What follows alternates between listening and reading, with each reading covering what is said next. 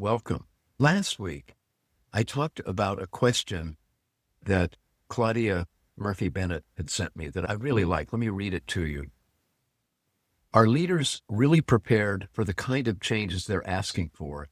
And will the project bring the value that the project is seeking? I just think that's a really good question.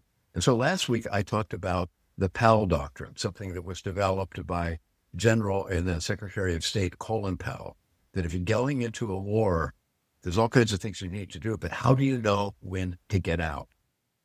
When's it over, or when should it be over? And by the way, that last step, which often is attributed to him, he said he didn't come up with it. Dick Cheney had come up with. Nevertheless, it's part of the Powell Doctrine. But I'd like to give you a much simpler example this week. A nonprofit had hired me to develop a team building course. And this is a course that people would be doing on their own because they couldn't afford to be sending out facilitators for meetings all over the place.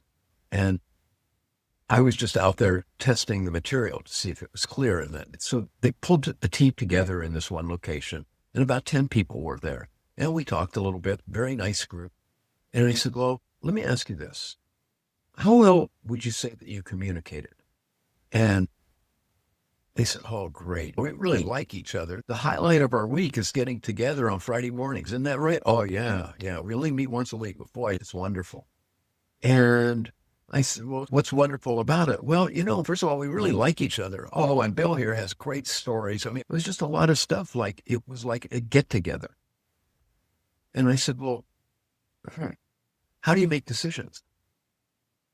And it's like I was speaking a language they had never heard before. How do you make decisions? I was stunned, and so asking other things, I said, wait a minute, what's the purpose of this group? And once again, they're silent. And I said, wait a minute, you don't know the purpose of this group? Nobody ever told us. And I said, well, wait a minute, give me more about that. And they said, well, we're not the founders of this committee. It happened way before us. Like I replaced so-and-so and they had to replace so-and-so. And they just didn't tell us that. And so we just get together. I'm still stunned by that. But there's something about purpose that is so important. But it reminded me of a major theme in a Charles Dickens novel. The novel is Bleak House. And there's this court case. Jarndyce versus Jarndyce. So it's family versus family. So it's going to have all kinds of conflict. And it goes on for a generation. And by the time the novel picks up, it's already been going on for generations. And people don't even know why it was ever started. They just know this is important and we've got to fight. And it went on for years and years. And then finally, they, I think by luck, just found a will that was going to say, here's what you do with all that money. And as it's being read, all these people who were on the Jarndyce versus Jarndyce in that room started laughing because they realized there's no money left to pay anybody anything.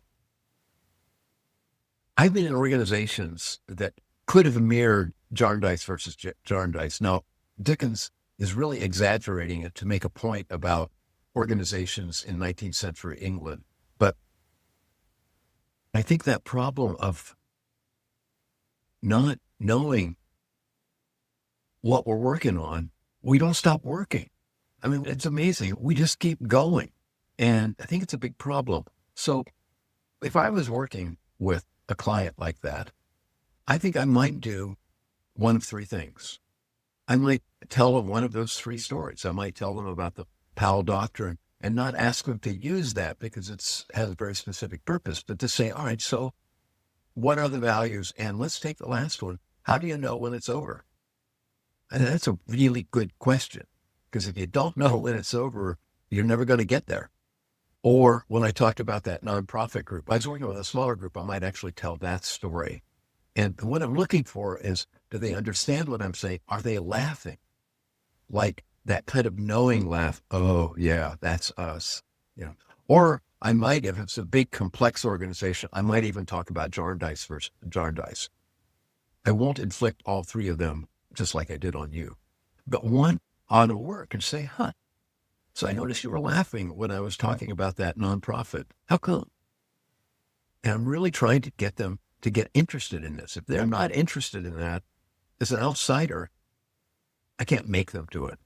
I think good stories can really get people to go, oh, yeah. So I hope you find that helpful. And if you have ideas that work for you when you're working with your own team or you're a member of a team or you're a consultant or coach, what do you do? Please add your comments to the conversation on my LinkedIn post. And by the way, those of you who respond, I really, truly appreciate it. So thanks for watching.